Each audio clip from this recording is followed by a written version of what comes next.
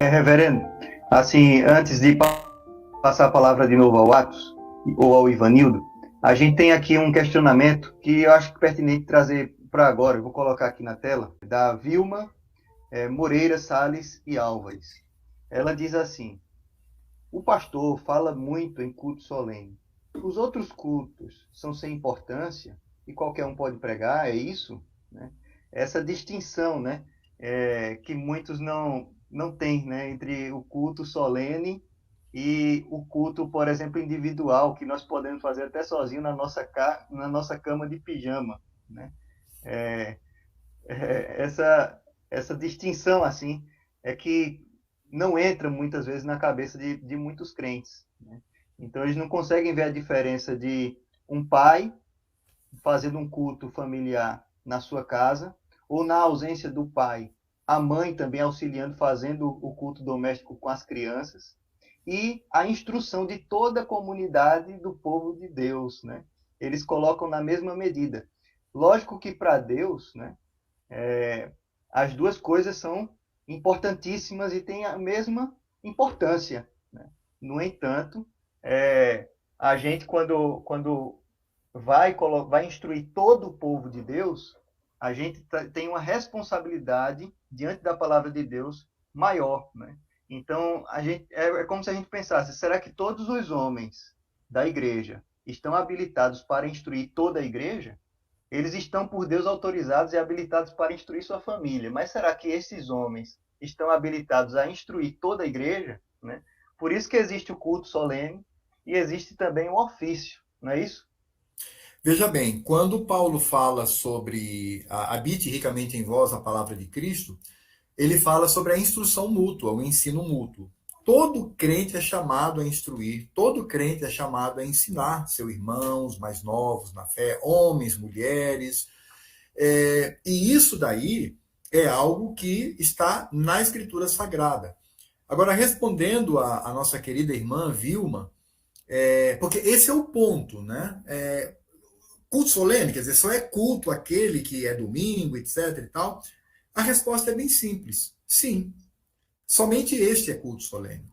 As demais reuniões da reunião de oração, reunião de estudo bíblico, sei lá, escola dominical, isso não é culto solene. O que é culto solene? Culto solene é aquela prática que vem desde a criação. Deus criou homem e mulher. Ele determinou que o sétimo dia seria o dia de descanso. Então, o dia do Senhor não é uma colocação com Moisés. O dia do Senhor foi colocado antes do pecado. Antes do pecado, Deus separou o sétimo dia, porque na obra da criação ele descansou. E aí nos mostra que a comunhão com o Senhor era plena. No momento em que vem o pecado, né, essa comunhão plena, ela cessa. Né? O Senhor Deus se separa. Agora o Senhor Deus, ele vai providenciar um elemento que nos leva ao Éden, que nos leva àquela comunhão antes do pecado. E esse culto, ele começa a ser revelado paulatinamente, que é a progressão da revelação do Senhor no Velho Testamento. Começa já com Adão e Eva, com o sacrifício dos animais. Então, no momento em que se levantava o altar e se sacrificava o animal, ali era o momento de um culto solene. Nós vamos perceber isso ao longo da história pelos patriarcas. Quando o povo de Deus sai do Egito, e veja que Moisés, estando lá diante da sarça ardente, o que Deus diz para ele? Olha, volta para o Egito, pega o meu povo e traz para aqui, para que me adore. Ou seja, o Senhor Deus, ele começa agora a formalizar esse culto, que não se trata apenas de um culto restrito à família, né? Aqui o pai que vai lá, sacrifica o animal, etc. Mas agora começa a ter uma dimensão maior. O povo vem para o Sinai, e ali no Sinai nós vamos perceber ali três divisões muito claras: o povo, a intermediação, que nós temos Josué ali, e nós temos Moisés no cume do monte, na presença de Cristo, na presença de Deus, recebendo a lei. E isso faz com que o povo se encha de temor.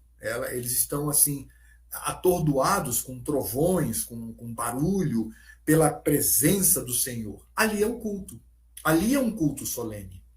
No momento em que o povo ele sai do Sinai e ele vai em direção à terra prometida, o Senhor Deus providencia que eles levem, né, aqui, entre aspas, que eles levem o Sinai consigo. Como? Pelo tabernáculo. A mesma divisão que nós temos no Sinai está devidamente representada no tabernáculo. Nós temos o lugar, o lugar onde as pessoas se reuniam, temos o lugar santo e o santíssimo lugar, que é a presença do Senhor, onde está ali contida a arca da aliança do Senhor Deus, e a presença do Senhor Deus, que o sacerdote deveria entrar uma vez por ano, e se entrasse indevidamente morria. Então o tabernáculo como um todo, ele é o Sinai. Portanto, ele é o culto solene, que aponta para o Éden. E esse tabernáculo, ele segue, ele está presente no meio do povo. O povo está ali caminhando e está ali o culto solene presente no meio do povo. Quando eles chegam, e se institui o reino de Davi, né, saltando já a história, e em Jerusalém, e tem aquela cena que é maravilhosa, quando Davi, do alto do seu trono, do seu castelo, ele olha para a grandiosidade do seu castelo e ele olha aquela barraca, né? Aquela barraca tremulando com o vento, e ele sente no coração e diz: como é que eu tenho um palácio, meu Deus tem uma barraca, né? Eu vou construir um templo para ele. E o Senhor Deus diz: não, não é você, mas o teu filho. Então, nesse momento, quando Salomão vem, instruído pelo Senhor, esse tabernáculo que seguia o povo, ele cessa de andar, ele não é mais andarilho, ele se fixa em Jerusalém, porque o povo está ali. Agora é o povo que vem a Jerusalém para cultuar ao Senhor solenemente, porque todo culto solene, ele se dá por uma santa convocação de Deus. Essa é a diferença. A reunião de oração, a escola dominical, a devocional que eu faço, não é necessariamente uma convocação solene do Senhor. É um mandamento, mas não é solene. O ajuntamento solene, que remete ao Sinai, que remete ao tabernáculo, que remete ao templo, de fato, é uma santa convocação grave, solene do Senhor para o ajuntamento do seu povo. E aí, quando Cristo vem, né, tá lá o templo. Cristo veio e falou: ó, esse templo vai ser destruído em 3 dias e vai ser reconstruído. Aí, pessoal, que isso, Senhor? Mas ele já estava ali mostrando que aquele templo de pedra, ele não teria mais nenhuma utilidade. Porque agora, pela atuação do Espírito Santo do Senhor, o templo passa a ser todos nós unidos. Por isso que o véu se rasga de cima para baixo, né? Acabou, não tem mais Santo dos Santos. O Senhor, Cristo, é a presença viva no templo, e ele se dá no momento em que nos ajuntamos solenemente. Então agora nós podemos cultuar ao Senhor em espírito e em verdade. O culto solene, minha gente, ele acontece no dia do Senhor, por uma santa convocação.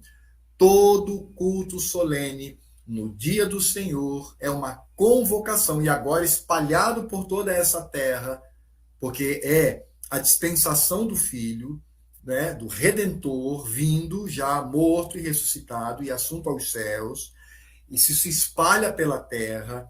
Então, todo culto solene é uma santa convocação ao Senhor. Por isso que Paulo, quando ele fala da segunda vinda de Cristo, ele fala do soar do quê? Da última trombeta. Que trombeta é esta? Muitos até já falaram: essa é a trombeta do militar romano, né, chamando o exército. Não é nada disso. Essa trombeta é o shofar. Era um chifre de cabrito que eles usavam lá no deserto, quando o povo deveria entender que aquele momento, no dia do Senhor, o Senhor está convocando o seu povo.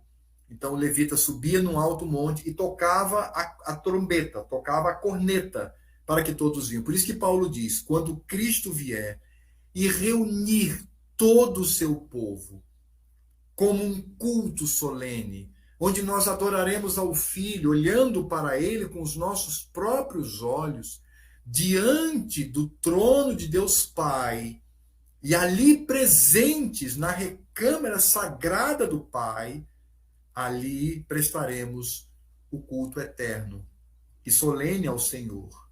E é por isso que haverá uma última convocação.